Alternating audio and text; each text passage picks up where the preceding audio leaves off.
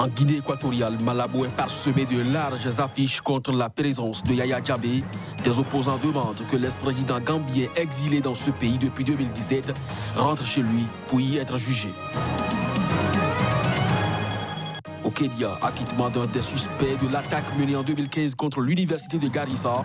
C'est le fait d'un tribunal kényan qui décide que 4 autres personnes devraient répondre des accusations portées à leur encontre. La nouvelle vague d'insurrection en cours au nord-est du Nigeria inquiète les pays voisins et la communauté internationale.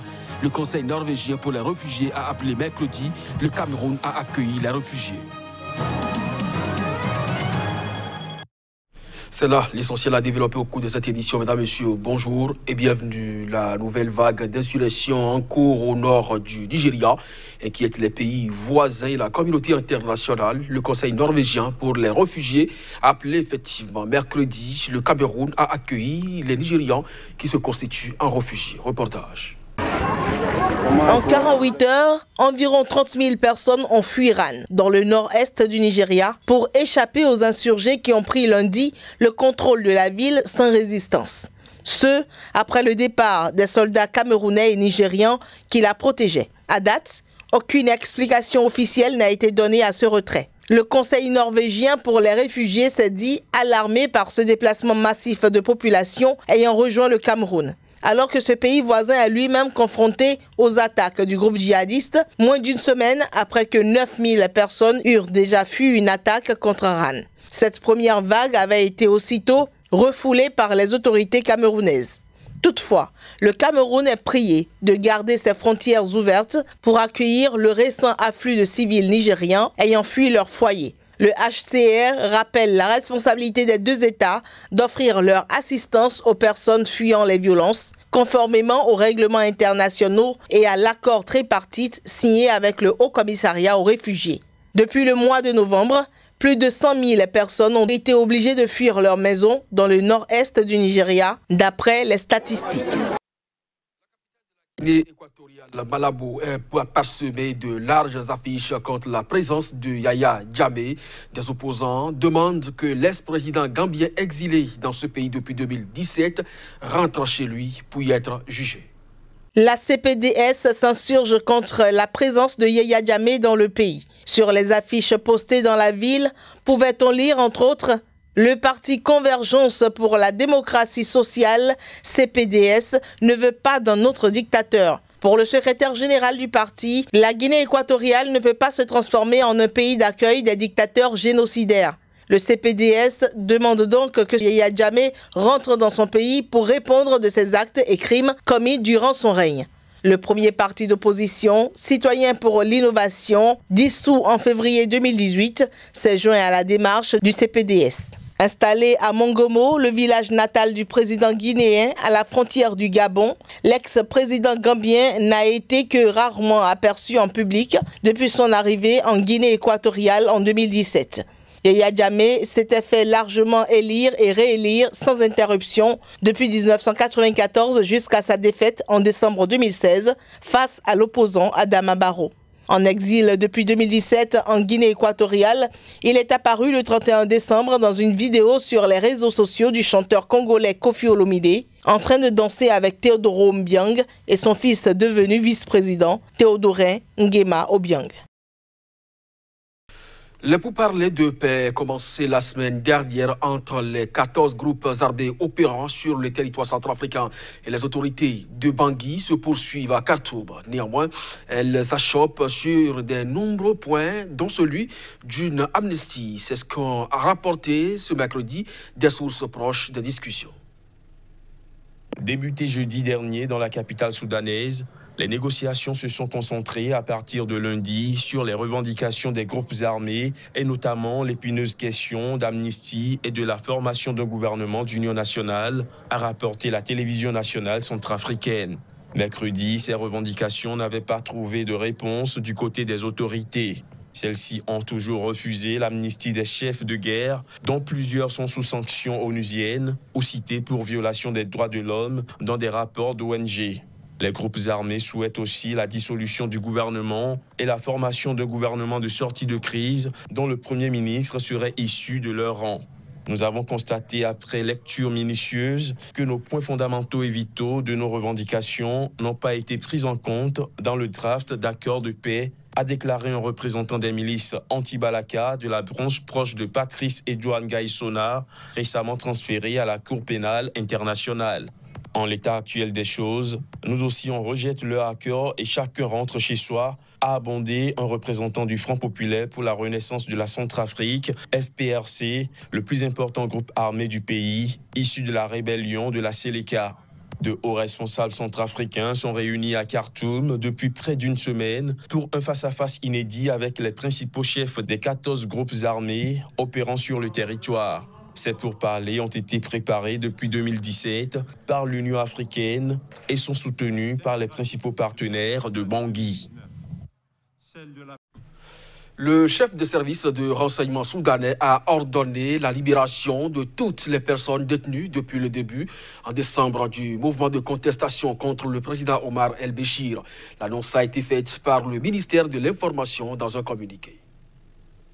Selon des ONG de défense des droits humains, plus de 1000 manifestants, leaders de l'opposition, militants et journalistes ont été détenus par le puissant service national du renseignement et de la sécurité, organe qui mène la répression depuis le début des manifestations le 19 décembre. Le chef du service national du renseignement et de la sécurité a émis un ordre de libération de toutes les personnes détenues lors des incidents en cours, est-il précisé dans un communiqué.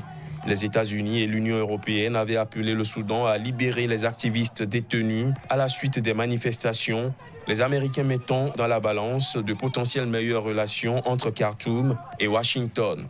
Les manifestations déclenchées par la décision du gouvernement de tripler le prix du pain se sont transformées en mouvement de contestation contre le président Omar el-Béchir, au pouvoir depuis 3 décennies, après un coup d'État soutenu par les islamistes en 1989. 30 personnes sont mortes depuis le début des protestations selon un bilan officiel. Les ONG évoquent toutefois plus de 40 morts. Répondant à l'appel à manifester quotidiennement de l'Association des professionnels soudanais, des manifestants se sont à nouveau rassemblés mardi au Soudan, notamment à Khartoum et dans la ville voisine d'Omdurman, où des policiers les ont dispersés, faisant usage de gaz lacrymogène. Acquittement au Kenya d'un des suspects de l'attaque menée en 2015 contre l'université de Garissa par les islamistes somaliens Shebab. C'est le fait d'un tribunal kenyan qui décide que 4 autres personnes devraient répondre des accusations portées à leur encontre. Reportage. Le procès des 5 suspects avait débuté en janvier 2016. Ils étaient accusés d'être impliqués dans l'attaque contre l'université de Garissa, dans le nord-est du Kenya. Ce drame avait fait 148 morts le 2 avril 2015. Les 4 assaillants avaient été tués. Cette semaine, un tribunal kenyan a acquitté un des suspects de cette attaque menée par les islamistes somaliens Shebab.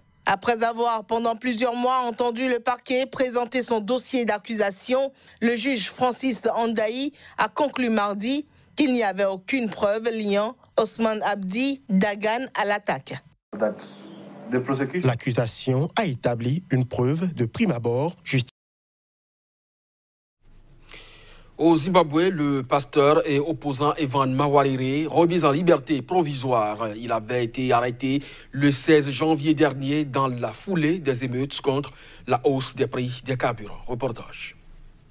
Sur décision d'un tribunal de la capitale Harare, le pasteur et opposant Evan Mawarire, arrêté le 16 janvier dernier dans la foulée des émeutes contre la hausse des prix des carburants, a été remis ce mardi en liberté sous contrôle judiciaire. Porte-drapeau des manifestations antigouvernementales de 2016, Evan Mawarire est accusé de subversion ainsi que d'incitation à la violence pour avoir relayé en janvier des appels à la grève générale lancés par le principal syndicat du pays. Le pasteur Mawarire a lui-même fermement démenti les accusations portées contre lui. « Je n'ai absolument rien fait de ce que l'on me reproche », avait-il déclaré à la presse avant sa première comparution devant le tribunal. Dans un pays épuisé par 2 décennies de crise économique, la décision du gouvernement le 12 janvier dernier d'augmenter de 150% les prix du pétrole a provoqué dans les jours qui ont suivi de violentes émeutes contre le président Emmerson Mnangagwa. Son gouvernement a riposté par une répression brutale qui a fait, selon les ONG, au moins 12 morts et des centaines de blessés, victimes notamment de coups de la part de l'armée et de la police. 1 millier de personnes ont également été arrêtées, dont de nombreux opposants au régime. Au Venezuela, le président Nicolas Maduro a appelé mercredi l'armée à se mobiliser et s'unir face aux appels à la rébellion des États-Unis. Pendant ce temps, l'opposant Juan Guaidó, autoproclamé président, organise une nouvelle manifestation. C'est une vidéo partagée sur les réseaux sociaux qui a servi de canal au président du Venezuela, Nicolas Maduro, qui a accusé des déserteurs de l'armée de s'être convertis en mercenaires. Ils sont soupçonnés de conspirer avec la Colombie pour diviser les forces armées et organiser un coup d'État. Il prévient qu'une intervention américaine au Venezuela aurait pour conséquence un nouveau Vietnam, alors que les partisans du président autoproclamé Juan Guaidó s'apprêtaient à manifester une nouvelle fois. Un groupe de déserteurs de l'armée se sont convertis en mercenaires de l'oligarchie colombienne et conspirent depuis la Colombie pour diviser la force armée nationale bolivarienne. J'appelle la force. Plusieurs semaines que la ville de Bangkok est sous le poids d'un sévère épisode de pollution atmosphérique. Les autorités thaïlandaises ont ordonné mercredi la fermeture jusqu'à vendredi de centaines d'écoles de la capitale. Une décision sans précédent dans l'histoire de la mégapole. Reportage. L'inquiétude monte parmi les quelques 12 millions d'habitants de la capitale thaïlandaise, de plus en plus nombreux à porter des masques dans les rues ou le métro. Car cette année, le pic de pollution se prolonge depuis début janvier. Les autorités thaïlandaises ont donc ordonné mercredi la fermeture de 437 écoles gérées par l'administration métropolitaine. Les populations prennent leurs précautions. Ce sera donc tout pour cette édition, mesdames, messieurs. Merci de nous avoir suivis. Très bonne journée en compagnie des programmes de SICA. À très bientôt.